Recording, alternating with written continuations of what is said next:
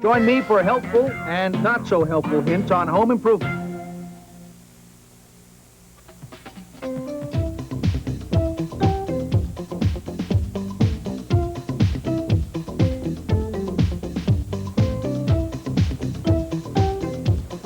Stately mansions, exclusive shops, Royal Palm Way, the lives of the rich and famous. Now, live from Palm Beach, Florida, Spring Fling 94, live at 5.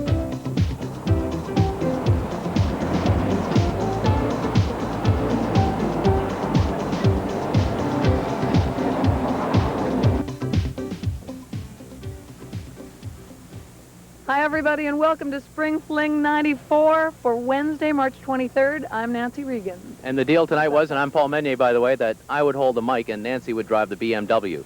The old flip of the coin. It doesn't always go your way, huh? You're right. Of course, this isn't our BMW. We've borrowed it for a very brief time, but you can borrow, rent, or buy just about anything down here. Palm Beach, Florida is a terrific location. I guess it's best known for the rich and the famous, and there are some incredible homes down here. But we're going to talk to some people here who say that all types of folks are welcome down here. It's actually, tourism is the #1 industry, so they have a stake in bringing people on down here, and we're enjoying our stay here, and we'll show you a little bit more about that later on tonight. Heather and Bill Jessam are also enjoying their stay here, and we're going to go to them right now to see what they've got coming up for Live at 5 viewers tonight.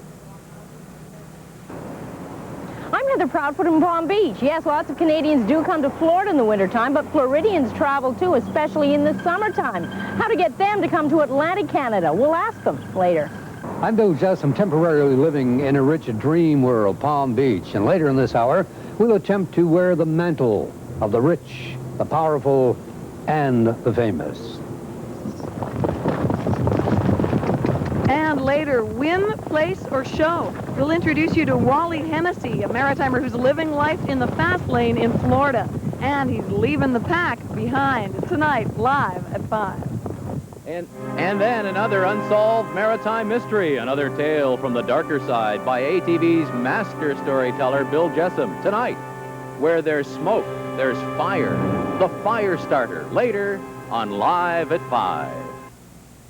And it is a very special edition, Spring Fling 94, continuing through the end of this week. As mentioned, we're in Palm Beach, and if you look down this way, Greg, if you can just kind of pan over there with the camera, and you can see a cluster of 100-year-old palm trees. This is called Royal Palm Way, and that very stately boulevard in Palm Beach kind of says it all about where we are. You know, we drove by a public store today, and someone said that's the sort of place where princes and paupers shop. It's a regular drugstore or grocery store combination. You can also get Dom Perignon champagne and Iranian caviar. You can get anything here. That was a nice Mercedes that honked at us there.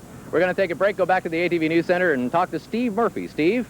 All right, guys, thank you. Good afternoon, everybody. About 1,000 Maritimers will be the guinea pigs in a pilot project that is designed to put people in Canada back to work. It's a controversial idea, the guaranteed annual income. But what will these people have to do for their 12 grand a year? We've got details on the plan and reaction to it tonight at 6 o'clock.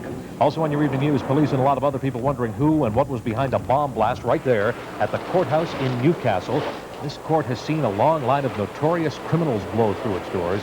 The latest incident, the latest to rock the building and the whole Miramichi. Story here at 6 o'clock. Also on your evening news, there's more fallout on the failed attempt to fire the chief of police in Dartmouth. After saying they would quit, members of the police commission now say they won't. Some residents say the whole process was a police farce and that the commissioners should quit. Story at 6 o'clock. And also tonight, the weather. Yes, just when you thought it was here, spring that is, we get this. Snow in some areas, rain in others, lots of snow, lots of rain. Some schools and businesses closed for the day today. Ah, yes, a spring storm. Details coming up on the evening news at 6 o'clock. Right now, a first fast look at the maritime weather for tomorrow with meteorologist Richard Zarowski in the ATV Weather Center. Richard? Thanks a lot, Steve, and I'm smiling because I'm happy to say that disturbance that gave us the inclement weather, and I don't think anybody really wants to be shoveling snow out there or dodging the rain, but it looks as though things are getting better. An area of high pressure moving through, some cooler temperatures tonight, so look out for the black ice. We'll tell you more about that coming up in about 25 minutes, Steve. Right you are. Weather at 5:30, then at 6 o'clock, all the day's news, including the on-again, off-again Halifax Harbor cleanup project, could be on again, this time with the help of millions of dollars in private money. The A-Team's Rick Grant, the I-Team's Rick Grant, too, snooping for details tonight on the ATV Evening News at 6 o'clock. I said the A-Team because we love it when a story comes together. Anyway, here are Paul and Nancy getting it all together down there in Palm Beach Island, Florida, guys. All right, thank you very much, Stephen. We kind of beat a hasty retreat from Royal Palm Way because we wanted to come out here poolside. Take a look at this. This is the back of the building where we're staying, and we've got The Heart of Palm Hotel. little pool action happening Wait here. a sec, there are a few kids in this pool. Where are you guys from? From Toronto. Do you want to say hi to anybody at home in the Maritime? To my mom and dad. Are you having fun? Yes. All right. It looks like it. Do a few lengths. We'll be back to you. I kind of feel like dipping in there now. It's pretty warm down here. It Once again is. today. Anyway, Palm Beach, what a city.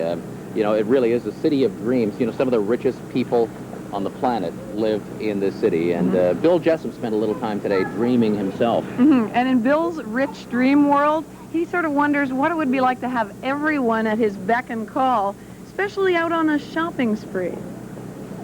Ah, Nancy, Paul. In our dream world, in our world of fantasy, there are wonderful places to visit. And what would it like to be dreamed to be very, very rich? Well, why not here in a place called Palm Beach, where the upper are weighted on hand over fist? What would it really be like? Watch.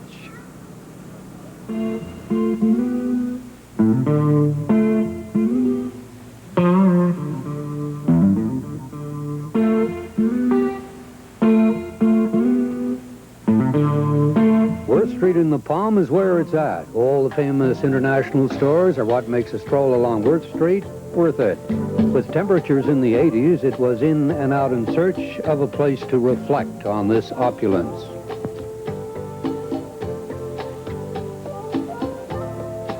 The next stop on our dream visit was to what the rich and famous sit in.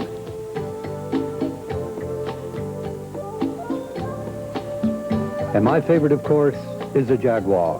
Oh, this is a beautiful car, isn't it? This is the XJS V12. Oh, my. Oh, this is heavy. Jessup, this is the car for you. Oh. Wrap it up and drive it out.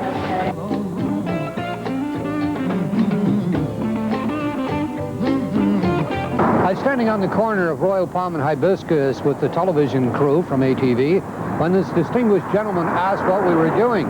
When I told him we were doing a story on what it was like to be rich, he said, as he drove off in his Rolls Royce, well, it's not all what it's cracked up to be.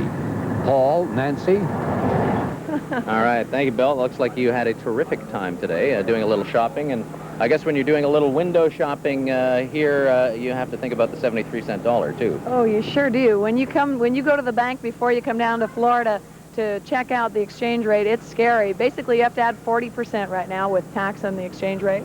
As we make our way through the Palms and to the poolside area of the Palm Way Hotel, a beautiful resort town, and we've emphasized, I guess, and taken a look at the rich and famous side, which you would expect we would do, but there's also opportunity for people who don't have a lot of money to enjoy themselves down here, right? That's right, Paul. It's true that you can rent, buy, or get anything for a price in Palm Beach, but there are some cheap ways to see the sights, too, and fun.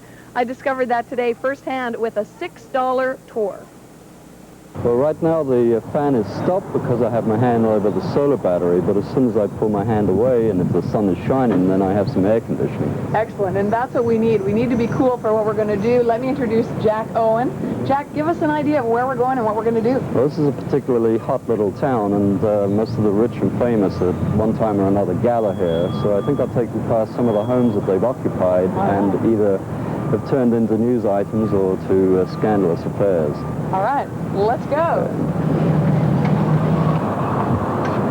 I think you could probably call this area the Kennedy Corners. On the one side you have the Paramount Theater, which used to be the scene for grand openings and galas when Joe Kennedy, the former ambassador, was in the movie business. And then on the other corner you have a place where most of the Kennedy clan gather for breakfast. And then right across the road is the Kennedy clan church, St. Edward's Church, and this is where most of the major events from birthings to marriages and so on occurred. Rose Kennedy, right up until the time she was bedridden, attended here every day. How old is Rose Kennedy now? She's 104, can you believe it? Okay, let's go. And if I had $1 million, if I had $1 million, buy you furniture for your house, maybe a nice Chesterfield or an ottoman. And if I had $1 million, if I had $1 million. Whitehall is the core of Palm Beach. It's where the founder of the island, Henry Flagler, built his honeymoon home for his fourth wife. And he made his money from Standard Oil and from railroads. And the style of those days was to arrive in your own private car, and Flagler's car, the Rambler, was found in some stockyard up in Chicago and revamped maybe 15 or 20 years ago. Okay, the building on the left is John Lennon's house, and it is probably one of the most viewed places on the island. It's had a lot of owners, but it doesn't matter who owns it before, who owns it afterwards. It'll always be known as the John Lennon house. People who come here on his anniversary leave flowers as a tribute to his talents. How much would it be worth now, Jack? It recently sold, I believe, for $14 million. Wow. Wow. $14 How do you million. like that? Yeah. Could you afford one down here at that price? Do you have to ask really, Nancy? Come on. I don't think so. But you know, that's an interesting piece because, you know, you can really see a lot here. I mean, I did a little driving around last night, and even at nighttime, when you can't really see everything, you know, it's very impressive. Beautiful stuff. There are a lot of homes, too, though, that have very high hedges, and we just couldn't possibly see in. Jack Owen, who took us around, is a real character. He's written 2 books on Palm Beach. One is Palm Beach, an irreverent guide, and the other is Palm Beach Scandals, an intimate guide by Jack Owen. Real character, and he has some stories to tell, I think. Yeah, sure. Not only some great sights, but obviously some great stories out of this area. Well, you know, all week on Spring Fling 94, we've been talking about how many, many Canadians and Maritimers come down to winter in Florida. A great thing to do because it's so warm. But how about Floridians, people who find it really hot in the summertime, going up north to Canada? Great idea. Seems like a good idea, a little bit of reverse tourism. Well, we had Heather Proudfoot out today trying to convince Floridians to come up to the Maritimes. Heather, how'd you do? Well, Paul, you know, it's beautiful weather here, hot enough, though, actually, and it gets even hotter in the summertime, and that's the time when people from Florida hit the road. It feels like summer here, but it's not. Summer in Florida can get sizzling hot. How hot does it get here in the summer? Pretty hot. I mean, let's get to 100. So hot, many Floridians want to leave. Most people I know are stay down here in the season and then find some place to go elsewhere during the summertime. Indeed, for some, our more moderate summer climate in Atlantic Canada represents the perfect break from the intense summer heat and humidity in Florida and other southern states. And on Prince Edward Island, you enjoyed it? Oh, yeah. Well, it was warm, you could swim, and no one there. Just incredible. In the summertime, I like going up, I would like to go up there and cool off, and, you know, anything would be a break from the South Georgia weather. However, others say they don't know enough about our region. Old stereotypes die hard. Well, I can't really picture what Atlantic Canada looks like. That's what I imagine. Yeah, big, huge ice glaciers. Those who run travel agencies in this area say Atlantic Canada certainly would be an appealing tourism destination for Floridians traveling in the summertime. Only thing is, they don't have much promotional material from our region. It's not promoted. And basically, particularly here on the island and in Florida, I think in general, that unless there is a promotion to show it to the people, they don't know anything about it, so they don't think about it. At this travel agency in Palm Beach, they say if they had more promotional material from our area, it would sell. I should think so. I mean, they go to all the northern states.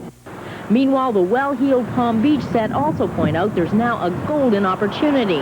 Many have traditionally traveled to summer in places like Cape Cod and Nantucket, but those places are getting too crowded. Something similar, but a little less congested, they say, sounds appealing. I have plans to sail to Nova Scotia this summer, since my son told me that he was kind of getting bored with going to the Cape. Now, when we were out and about today, we had a thought, an idea. We wondered what would happen if every Maritimer that comes to Florida in the wintertime took a postcard or a picture of our region in the summertime down here and attempts to boost tourism in our region. Kind of a buddy system, perhaps, to get more Floridians coming to our region next summer. Hey, and we'd love to have them, Heather. What about that tourism person you were talking to who was lacking a little information? Well, there's a packet on its way to her. That's the first item on our agenda when we get back home, is to send all the glossy brochures, everything we can find, down to that travel agency. Good work, Heather. Thanks. Nancy? Thank you, Paul. What Heather's done hopefully will help the maritime tourism officials at home. They're gearing up for their biggest year yet. We'll take a look at that later. But coming up next, if you're not able to get south this year, and a lot of us aren't, we've got some great ways for you to have fun at home in the Maritime. Stay with us. If you think of what vacations are, they're usually a break in routine.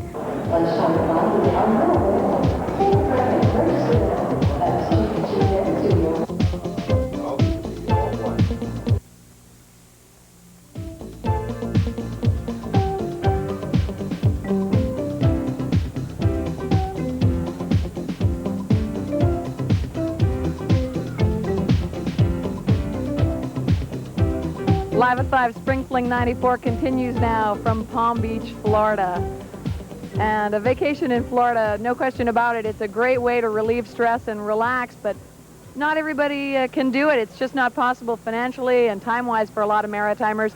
There are a lot of ways that you can get away from the winter blahs at home, even in the comfort of your own home. ATV's Fonz Jessom has been out today looking for some ideas for ways to recharge your batteries for free. Fonz. That's right, Nancy. We all know stress can be a deadly problem. Left unchecked, it can lead to serious health problems or even death.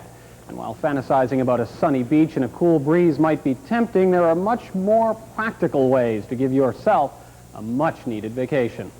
If you think of what vacations are, they're usually a break in routine. The hustle and bustle of life in the 90s leaves all of us wishing for a vacation, but the truth is you don't have to go anywhere to reap the benefits of a much-needed break. Going for a walk or distracting yourself with some kind of activity that's pleasurable, like a bubble bath or something like that, wouldn't take a whole lot of time and can have long-lasting effects. Working mini vacations into your schedule can leave you feeling refreshed and ready to face another stress-filled day. I try to go home at night and just go downstairs, get some quiet time by myself and put my feet up and watch TV. Does that generally recharge you? Yes, most cases it does. I go home and I pet my 4 cats. I find sitting down with your pets and playing with them, stroking them, is just great. Makes everything go away for you? Makes everything go away. Hobbies are another great way to make yourself feel replenished. They give you positive reinforcement and realistic goals. Oh, I guess so. You get immersed in it, and I find that it works in cycles for years, so I'll work actively and then I'll sort of slow down and on again. So it's a good way to relax, I suppose that's true. Yeah, I take a little bit of pride in it, sure. Well, I'm a builder myself. I'm a home builder, so when I build a house, I'd like to stand back and actually look at the house when it's all sitting down with it. I get some models the same way when I'm finished building it. There are a large number of books available on the topic of stress management, but reading itself can be a good way to deal with stress, whether it's a self-help book or a romance novel. Reading is great because it is relaxing and portable. If you can find a few minutes, you can escape. Physical fitness is another way to give your body and mind a much-needed break, and those who use it know it works. If I miss a day, I find I'm more stressed and I get a little irritable and, and I don't like to be, that way. So I find when I run at lunchtime, it's like starting the day over again, starting off on a whole new foot. So it lasts at least for that afternoon, until I get home at night. Music can soothe and relax, and learning to play an instrument can also be a great escape. The key to giving yourself a mini vacation is knowing what you like. Actually, we probably learned the value of that lesson from a tale we heard as children. Remember in the imaginary Never Never Land, you had to think happy thoughts to fly? Well, if you make yourself happy, you can't be too far from what a great vacation is all about. Nancy? Fonz, I've got to ask you, what do you do to recharge your batteries? I'm a fan of a great book. You can sort of crawl between the covers and go anywhere you want, and it's pretty cheap. All right. Thanks a lot, Fonz. Thank you. ATV's Fonz Jessom with some great ways to put things in perspective. Here's Paul. And it may still seem rather wintry in the Maritimes, but all across our region, people are starting to think about the warmer weather and the tourists that it brings. Here's Dan Vio now with more on Thinking Summer. We're working on a lot of new stuff right now and new colors and that, and it's nice to see, you know, in the summer if it's a success. For craftspeople all across Atlantic Canada, it's a busy time, whether they're producing for their own shop, other retailers, or both. I hope it'll be a good one. I think it will. This is all for this summer right now. This what we're working on.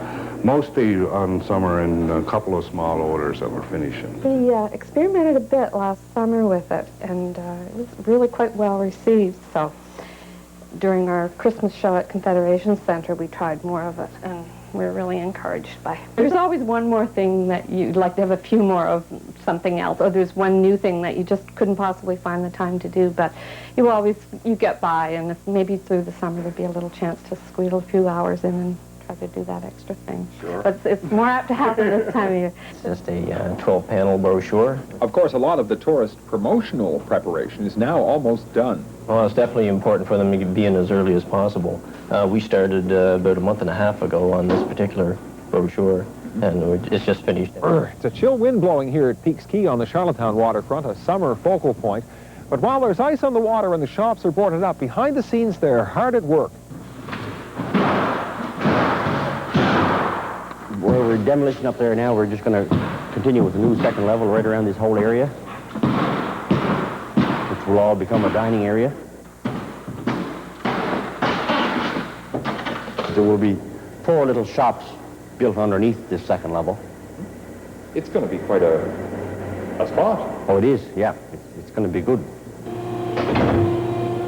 Even the lobster license plates are ready. Now, all we need is the hot summer sun. In Charlottetown, Dan Leo, ATV News. Summer. I can hardly wait, and most Maritimers would be in the same predicament today, I think. And predicament, You're right. I guess, is the right word, unfortunately. You're right. If it's any consolation, we had a lot of hard rain here today. Fortunately, it's cleared for the time being. There's lots more still to come on this special edition of Live at 5, including another wonderful Bill Jessup Maritime Mystery. And we're also going to check in with one of the first families of harness racing in the Maritimes now down here in Florida. We're back live from Palm Beach in just a moment.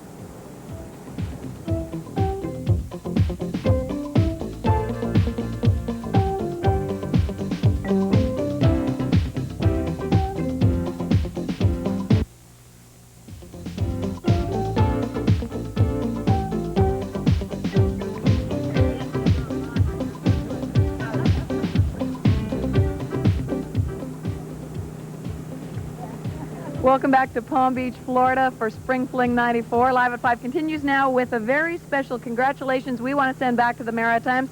We have just one milestone announcement to pass along to you today, but it's a very special one. Today is the 62nd anniversary of Ralph and Una Phillips of Fredericton. Their 3 children and many grandchildren, great-grandchildren, and great-great-grandchildren send them love and best wishes as they mark their very special occasion. And hey, if you're celebrating a special day in your lives, all the best from all of us, too. Yeah, all of the best from all of us here poolside today for the Spring Fling edition of Live 5. I want to bring in a guest now. We're joined by Mac McLaughlin of the Palm Beach Convention and Visitors Bureau. Right, we got that straight. You guys got it right. Yeah. Welcome to Palm Beach County. We're awfully glad to be here. We're having a ball. Tourism is your #1 industry here, I understand. Yes, we're very pleased about that. How much money does that generate? $1.6 billion a year. Did you say billion? Billion with a B, yes. In this county? In this county alone, yes. Wow. Now, what percentage of that would come from Canada? Well, Canada, 6% of all of our business. We have probably 200,000, a little more visitors from Canada every year. Now you have a neat bumper sticker there, Yes, don't you? we want you to- Let's get a shot of it. Oh, you guys, just look at upside down. Look at that. Most of these, this is a rarity in Palm Beach County because most of them are in Canada now. You want to talk about some of the misconceptions that people have about Palm Beach? We've been talking a little bit about the fact that a lot of rich and famous people live here. What do you want to tell us? Well, that's true. Rich and famous people do live here from sports and every category you can think of. But one of the things that we always say about Palm Beach County, our tagline is the best of everything. And that means the best of everything from the top to the bottom. We have great values here in Palm Beach County. I know there's some perception out there that I know you're riding around today in Palm Beach and saw some of the mansions, etc. But in the county, which is actually the largest county east of the Mississippi, larger than the state of New Hampshire, wow. Palm Beach County, geographically. And in the county, we have great values for everyone. Anybody who has enough dollars in their pocket, not enough, just some, can afford Palm Beach County. We're very affordable, and there's great value here most times of the year. And we have from the top to the bottom, we fit everybody's pocketbook. Well, listen, we've had a wonderful time. Want to thank you for your hospitality. Had fun. Yeah, it's just too bad that we didn't have a chance to get out to polo. I guess Prince Charles plays polo down here quite a bit, too, Yes, huh? he does. Yeah. But he, I think he hurt himself last night. May not be back for a He while. might I not know be you're back, going back up to a beautiful spring. And I want you guys to enjoy these as you go back up. Wow. They're a little light, but you're going to have a wonderful spring. Super. Oh, aren't you They nice? told me that global warming is really coming back. Thanks very much, for Mac. joining us. Good Thanks, seeing you Mac, guys. very much. A lot more to come on the Spring Fling 94 edition of Live at 5, including this story. Hi, my name is Fallon Treadwell. I live in Amherst, Nova Scotia, and tonight Yvonne Colbert is on my side, later on ATV. And later, the Fire Spook, another exclusive maritime mystery. The Live at 5 continues.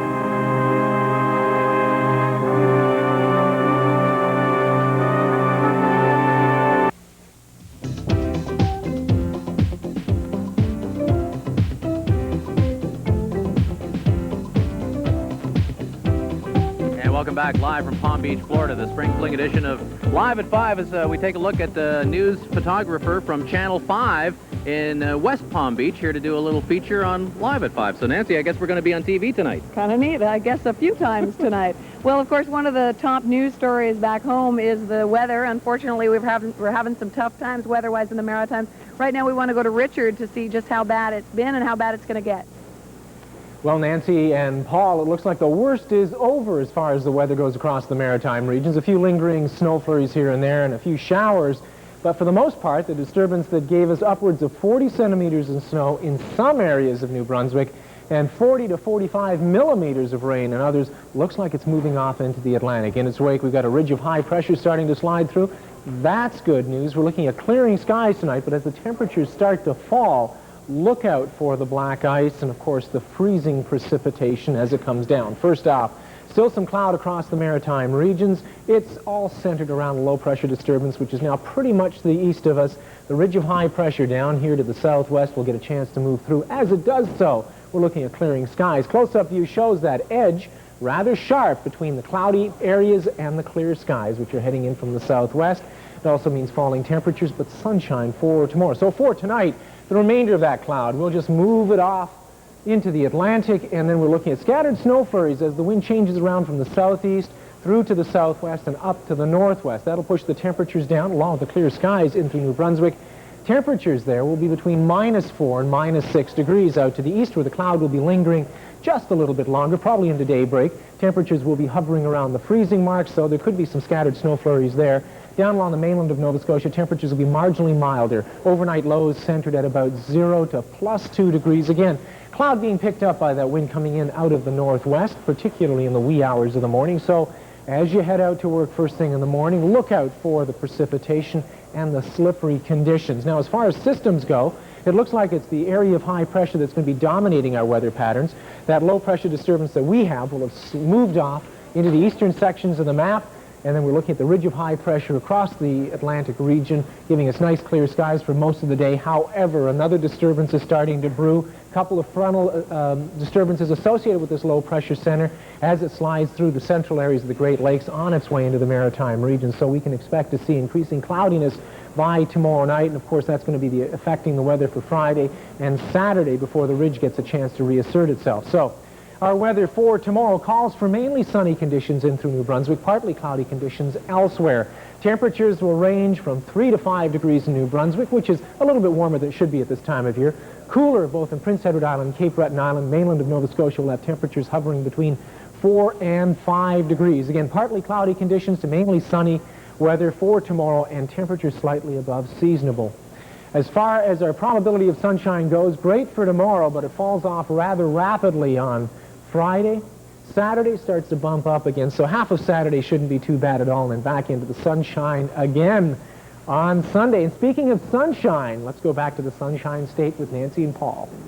All right, thank you very much, Richard. And that news about sunshine on Sunday, good news, because that's when we get back to the Maritimes. That's right. Be nice, wouldn't it? A little more Yes, sun. it will. And you know, I'm very excited. We've got a very special Maritime Mystery coming up now. Yeah, that's right. I think Bill Jessup may have outdone himself with this one tonight. I think you're right. Let me tell you, I got a sneak preview, and I would say that ghosts, people, and fire do not mix. Yeah, that's right. This evening, Bill's going to tell us about a small community in Nova Scotia where even 75 years after the horrible events, people still talk in hushed tones about the fire spook.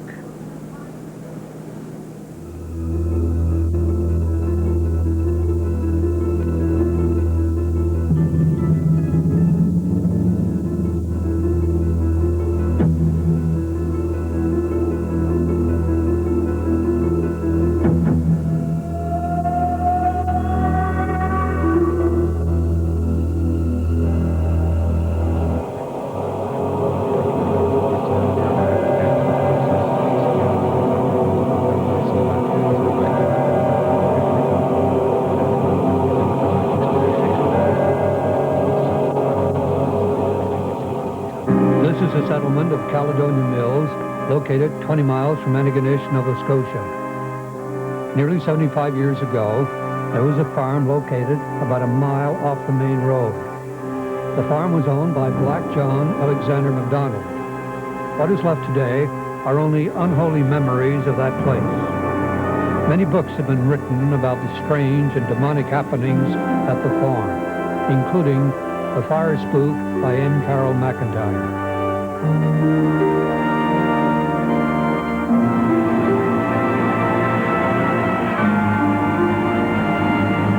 the nightmare began on a cold winter night when Black John MacDonald and his family were awakened by the smell of smoke. When the family rushed to the kitchen, they discovered several small fires. They would later describe the scene as floating balls of fire.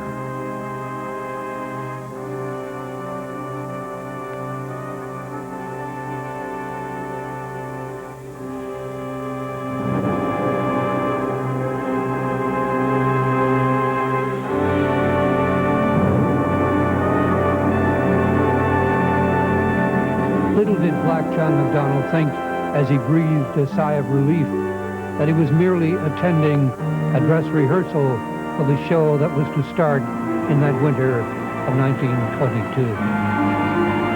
The family consisted of Black John Alexander, the husband and father, who was 70, his wife Janet, who was 68, and their adopted daughter, 16-year-old Mary Ellen.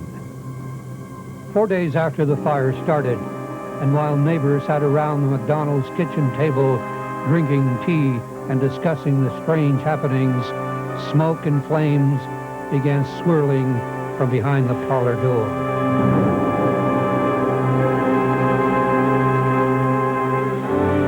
During the 4 days since the fire started, the MacDonalds and their neighbors put out a total of 38 fires. The next day, day 5, the MacDonalds were forced temporarily to evacuate their home. The vacant farmhouse was now given a wide berth by the neighbors, who considered the place haunted. Retired history professor A.A. Tony McKenzie knew many of the players in that black drama, and to this day believes that the MacDonald's home was invaded by a poltergeist. Whatever powers a poltergeist has, I assume they had. There was a strange animal around, like a cross between a pig and a dog, is the way the old people described it. A black animal. The news of the mysterious outbreak of fires attracted the attention of many experts, including provincial detective Peter Peachy Carroll of Pictou, who spent 2 days and 2 nights inside the abandoned home.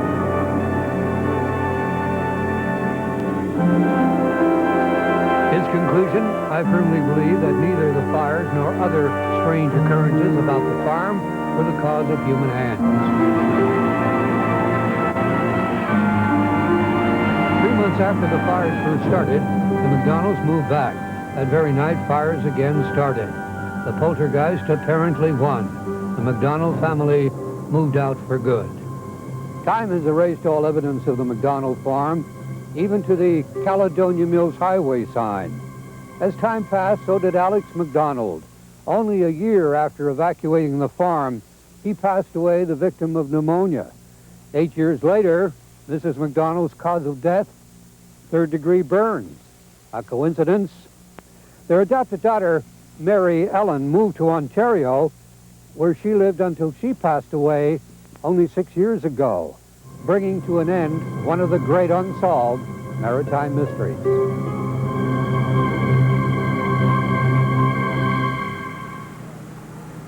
That's a terrific story. And superb pictures, Bill. Kevin McDonald, award-winning videographer. Yeah. He can do it. Yeah. Really great. Yeah. You know, the question is always asked to me, Paul, about these stories. The Maritimes are steeped in these kinds of stories. Yeah. Still untapped. Yeah, we've been watching your stories for a long time, some terrific stuff, and you never seem to run out of them. And you're right, just a tremendous amount of great stories, and we're looking forward to some more from you.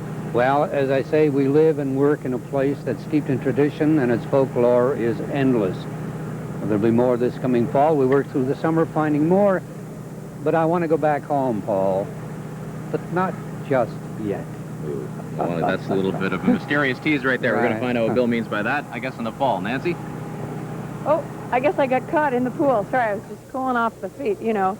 There's still a whole lot more to come in this Spring Fling 94 edition of Live at 5, including a very special Maritimer, Wally Hennessy, on a track of his own.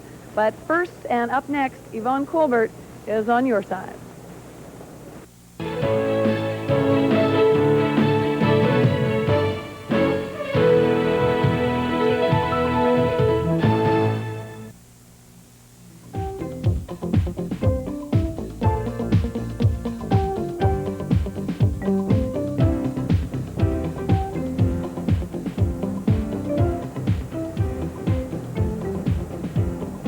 Welcome back to Live at 5. ATV's Yvonne Colbert is standing by with yet another edition of ATV on your side. But first, we want to go back to the newsroom to Steve Murphy, who's working on the ATV Evening News at 6. Steve. Right to our Nan. Here's what's coming up in about 15 minutes from now. Is it the great hope for unemployed Maritimers? The feds are guaranteeing 1,000 Maritimers an income in exchange for work. Question is, what sort of work? And are Maritimers just guinea pigs in a project that may one day go across the country? The guarantee did come here at 6 o'clock. Also tonight, some are calling it a farce, others a disgrace. It's the fallout looming heavy in the wake of a failed attempt to fire the chief of police in Dartmouth. The same people who earlier said they'd quit if he wasn't fired are now saying they're not quitting. Well, the residents get their say tonight in the ATV Evening News. And also tonight, you've heard it many times before, complaints about paying income taxes while some cheaters get away without paying anything. Tonight, is government doing too little to crack down on tax cheats while the honest are saddled with the lion's share of health care and other costs? The story at 6 o'clock, right after Live at 5, which continues now live from West Palm Island. Here's Paul. All right, thank you very much, Steve. Another beautiful day here. Richard Zarowski's still ahead with the wake-up weather, where back home we understand it isn't so beautiful. We'll get to that in just a moment. But let's bring in Yvonne Colbert now, who's been working on another On Your Side. What do you got for us tonight, Yvonne? Well, Paul, it's a story tonight about a young woman who won a contest but didn't receive her prize. Now, this young lady entered an essay contest that was part of the Black United Front's 25th anniversary celebration. She won, but contacted On Your Side after 3 months of waiting for her award. My best friend right now is Indian. Her name is Tiffany. We are always together. Guys tease her at school, but I think they're being mean. This is just a small portion of the essay that won Fallon Treadwell first prize in Buff's 1993 provincial essay contest. The 9-year-old beat out all other entrants in the elementary category. Her topic, unity in the black community, something she and her mom spend a good deal of time talking about. We've taught Fallon of different races and to not be prejudiced, and she isn't. She accepts everybody the way they are. She doesn't care what color they are. Fallon entered the contest last fall and was excited when she heard in November she was the contest winner. Mrs. Herschel came up and called up and told us. And what did you say? I was happy. But despite promises, she never received her prize. In December before Christmas time, I wrote to them and I asked them if they would send it either by bus or send it through mail. And they told me that they would send it up to me. And then I had people call to Halifax and ask for it, and still it wouldn't come. It didn't come. So Fallon wrote to On Your Side. We called Buff yesterday, and today Fallon has her award. We got this morning the plaque, and if it wasn't for you, I don't think we would have still had it. And Fallon's very happy with her plaque. It really is a beautiful one. Now, along with that, she received a letter from the executive director of BOP saying they regret the unexpected delay in sending her prize, and once again congratulating her on her award. So another happy ending, Paul. All right, some good work there, Yvonne. And, of course, if you have anything you'd like to bring to our attention at Live at 5 for Yvonne to work on your behalf, here's how. You can give us a call. The area code is 902. The number is 493-3404. And please leave a brief message on the machine. Or you can write Post Office Box 1653, Halifax, Nova Scotia. Postal code is B3J2Z4. Paul? All right. Thank you, Yvonne. Have a good one. Back to you in sunny Florida. Not so sunny now. It's kind of clouded over a little bit.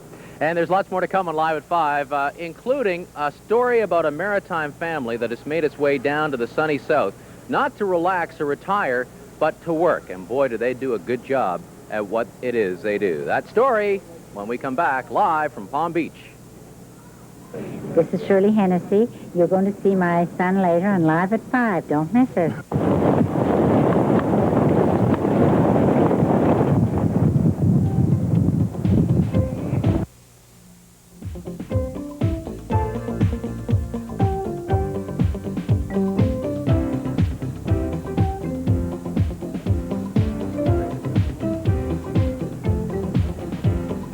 Welcome back to Live at 5, live from Palm Beach, Florida, poolside. Yeah, it's a great place to be. Well, you know, Nancy, the name Hennessy, synonymous, I think, with harness racing in the Maritimes. Yeah, isn't there a Jody Hennessy in St. John? Yep, that's right. It's one of the Hennessys I'm speaking of. There are 9 of them. Almost all of them are involved in the harness racing industry. I guess the most successful Hennessy on the track these days is Wally. You know, he's had 5 straight seasons now with over 200 wins. He's into his 2nd straight season where he's had over $2 million in earnings. And so for the story on Wally's World, I went trackside yesterday. It was a pretty good move for us, Paul, to come down here. We came down in '86. Hey! Hey! When you two first were together, I mean, did you ever think that it would all play out like this? Had no idea. We came here for a vacation first year after we got married, and to the races, and we thought, gee, this might be kind of a nice place to do what you do. Yeah, he was going to have to be good in the hole, wasn't he? Pompano's been good to me. The people treat me well here. Wally is certainly one of the most popular drivers here at Pompano Park for the last 5, 6, 7 years. Great driver, always gives the horse a real good shot in the race, and he's really a fan favorite. And now on top, beat the wheel for Wally Hennessy, little more than a lane. The really good drivers are able to almost predict what's going to happen, and they react to that before it actually happens. And I think that's one of the signs of a good driver, and that's what makes Wally so good. If you're looking for fellow Maritimers in Florida, then Pompano Park in Pompano Beach is your best bet. Oh, yeah, a lot of Nova Scotians and people from New Brunswick, PEI, and there's some Newfoundlanders here. Jim McDonald drives here, too. This colt didn't set up too good for them turns there today. I don't know. Yeah. You started out kind of hanging around Wally's stables. How old were you then? That was just when I started grade 1. I was about 6 years old, and I just always followed him wherever he went, and then a year after he was here, he asked me to come down here, and I came, and I never left. Gosh, there are a lot of Maritimers down here. You must get calls from people who recognize the Hennessy name and...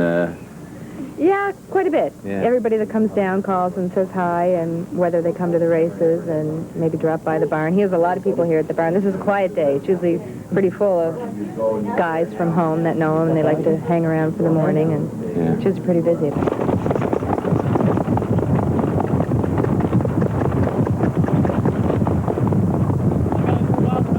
Oh, yeah, we're all right, yeah.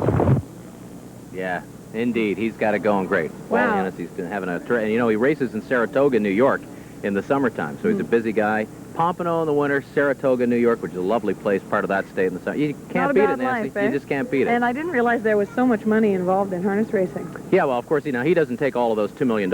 He gets a cut of that. That's the winnings for the horse. But yeah, it's pretty good down here in at Pompano, just where we came from, the other county. And yeah, it's a lot of fun too. It sure is. And we're going to continue to have fun here in Palm Beach, Florida. We'll be back in just a moment as Spring Fling 94 continues. Stay with us.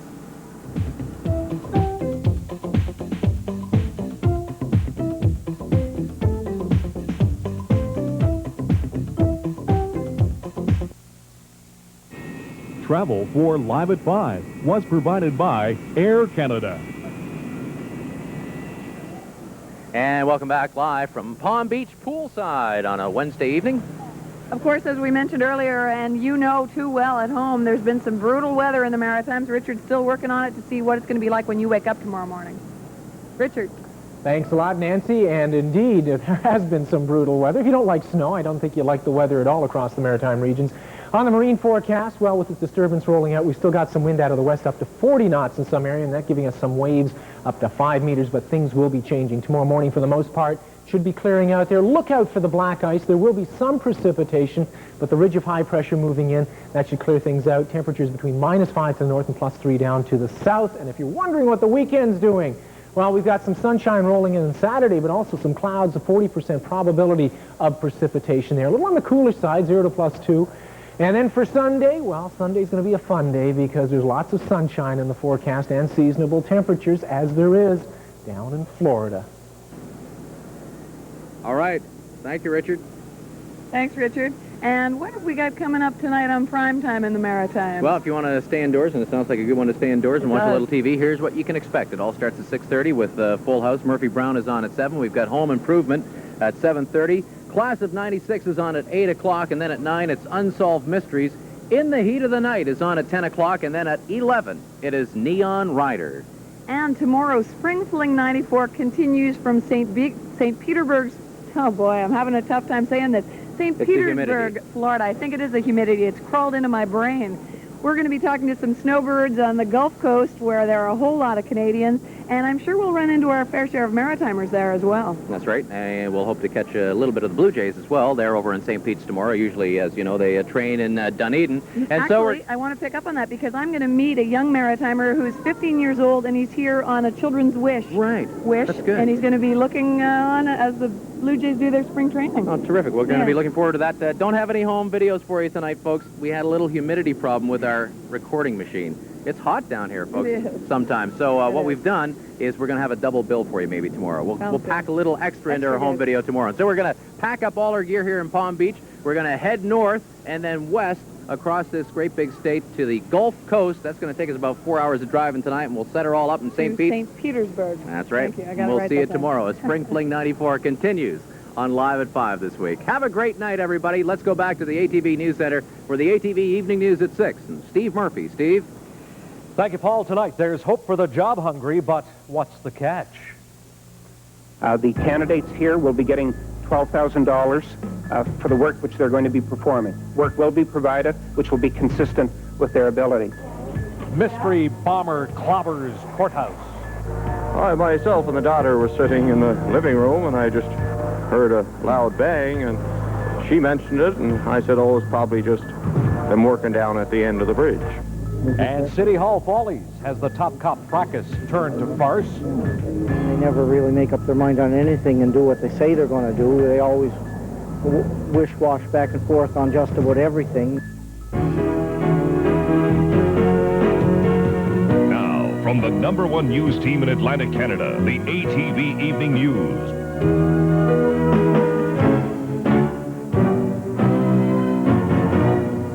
Good evening, everyone. 1,000 Maritimers will give up their UI or welfare in exchange for 6 months of work.